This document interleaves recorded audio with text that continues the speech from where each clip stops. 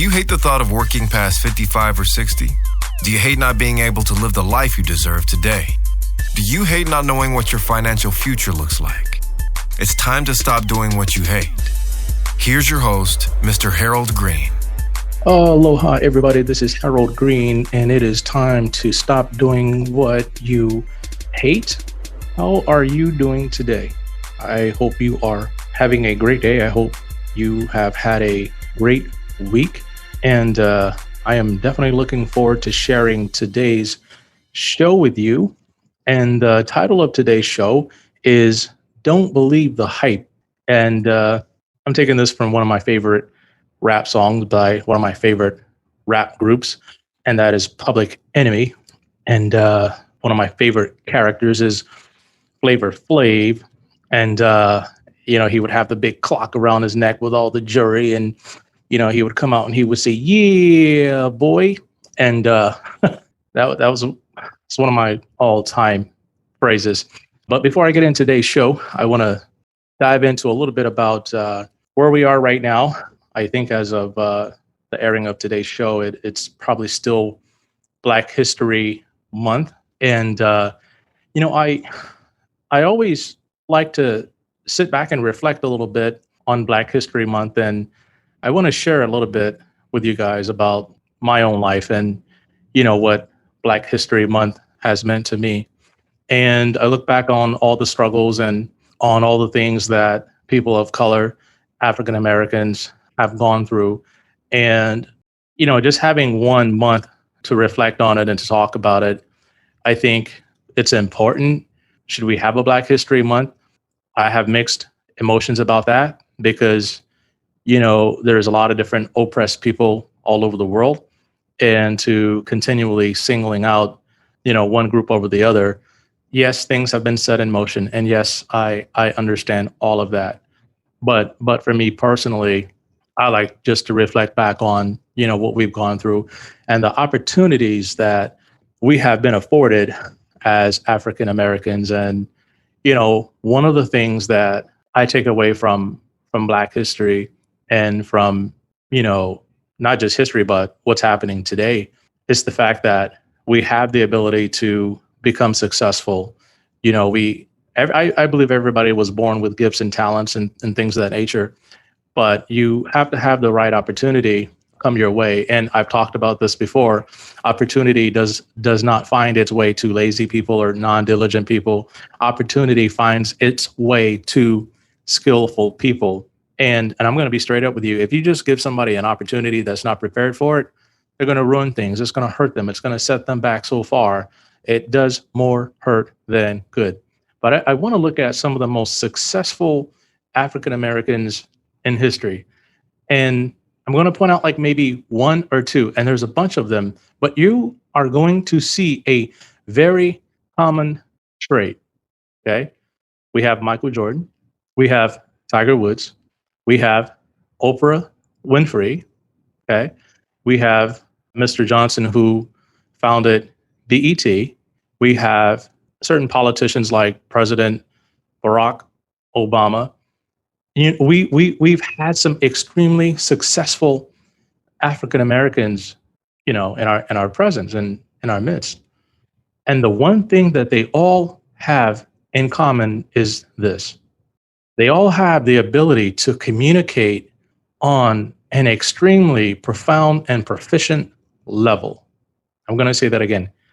They have the ability to communicate on a profoundly proficient and meaningful level. Okay.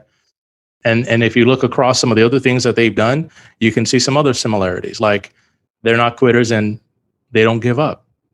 And that's one of the things that I take away from Black History Month is there's been a lot of Black successful people and still are to come. And the key is to never give up.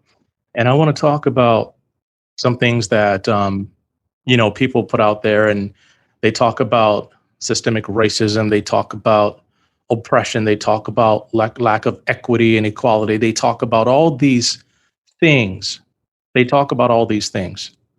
And yes, I have at times been subjected to these things.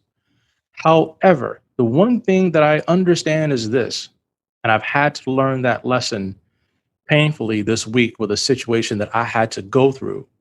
And that is this: no matter what happens, never let a failure define you. Like, never let a failure or a setback define you. And, it happened early in the morning. And usually that's like a bad time for me because then it kind of sets the tone for the rest of the day. And I had an opportunity to have lunch with a friend of mine and, just kind of talk through what happened. And, he said, would you have done anything different? And my answer is probably absolutely not, because it's what I do. On a day in and day out, it's what I do. I give it 110% because that's what I do. Whether I'm having a good day or a bad day, it's become ingrained in me that it's what I do, and never let any type of incident or any type of setback, whether it's racism or whatever it might be, do not let it define me, because I'm always looking ahead. I'm always plowing ahead. I'm always moving forward. I'm always giving it everything I can for my clients. And I've learned to communicate on a profoundly efficient and meaningful level. And that's gotten me to where I am today. And it all started when I was in high school. I was in student government. I was a president of the Parent Teacher Student Association. And it's all because someone told me I had to drop my Southern English and learn how to speak so that people could understand what I was saying. And it was a challenge for me because I started that, and, I was the only kind of like black kid in school that, didn't that could speak proper English and adopted that. Now, like, there's other people that are successful that don't see it that way, but that's my life, and that's what I've had to go through so that I can be here today with you sharing what I'm sharing. So I know that was a long intro, but we're going to get into don't believe the hype. And this show is centered around what's happening in our economy and the stock market and different things of that nature. And I want to address one of the biggest idiotic viewpoints that I've come to understand that it is totally misrepresented. And that's this: the stock market is going to crash and you're going to lose all your money. So you need to put it somewhere safe, right? I've heard that so many times. And at one point in my life, I have been a little guilty of that myself. But I quickly learned and I pivoted and I figured out what it takes to help clients protect their money so that if something were to happen, we have the ability to recover. So let's go back into 2008 and look at what happened with the financial crisis and different things of that nature. Yes, the market, it did take a dive. And I'm going to be honest with you guys, we're going to be talking about investments. So investments carry risk of loss. So I encourage you guys to go out there, understand your due diligence, talk with an investment advisor, do your own research so that you can make informed decisions about your investing, because past performance is no guarantee of future results. Now, there is a track record in the market of it going up and down, and that's called volatility. Sometimes stocks go straight up, sometimes they go straight down, sometimes they trade sideways, which means they're going to be holding at within a range of, a few dollars here and there, and then they break out, or, they go lower. It just kind of depends on what's going on with that company. So that was one of the biggest fears my clients had, was people were telling them, the stock market is going to crash and you're going to lose all your money. What happens if the market crashes? I got that question so many times before March or February of 2020. And I said, yes, the market is going to take a dive. And I had been telling people that for like the last 3 or 4 years. The market is going to take a dive, whether it be on a war or some sort of issue. The market is going to take a dip, and you have to understand that it's going to go down, but you will have the ability to recover if you have the right strategy in place. And so, yes, the market did go down. It went down pretty big. Some stocks are down 70%, but what we did to minimize the damage was we rotated out of some of these riskier assets into less riskier assets, or assets that weren't correlated directly with the market. Things like treasury ETFs, like gold, metals, cash. We rotated. We didn't sit there and let the portfolios burn up like some people did. And some of them still probably haven't recovered because they're still sitting there holding the same things that, they didn't rotate or do what they needed to do. And some people got out at the wrong time, then they got in at the wrong time. And that's another big issue. I see people getting in and out at the wrong time. And there is a strategy to getting in and getting out, but you have to understand, like I said in one of my previous shows, about setting your exit strategy, your entrance strategy, and your exit strategy. So you guys all know about my Rapid Retire program, the three main components: cash reserve system, income generation, and cash flow management. Well, here's one of the tools in Rapid Retire that will help you during a market downturn, and it is called the cash reserve system. And I encourage everybody to have at least a year to, maybe 18 months of income or, monthly expenses in their cash reserve system. And that's very, very important because during a market downturn, here's the thing. When the market took a dip last time, it took about 5 years for the S&P 500 to fully recover from that. But if you were invested in certain strategies, the recovery time was basically 18 months. Okay. So one of the things that I've seen in my experience is this: when the market takes a dive, right? You have to understand like how much further it's going to go down. And if things are really, really bad, then you have to rotate your positions to something safe and wait and figure out where there is a pulse. Okay. Because some companies may get beat up, but they don't die. Some companies will die.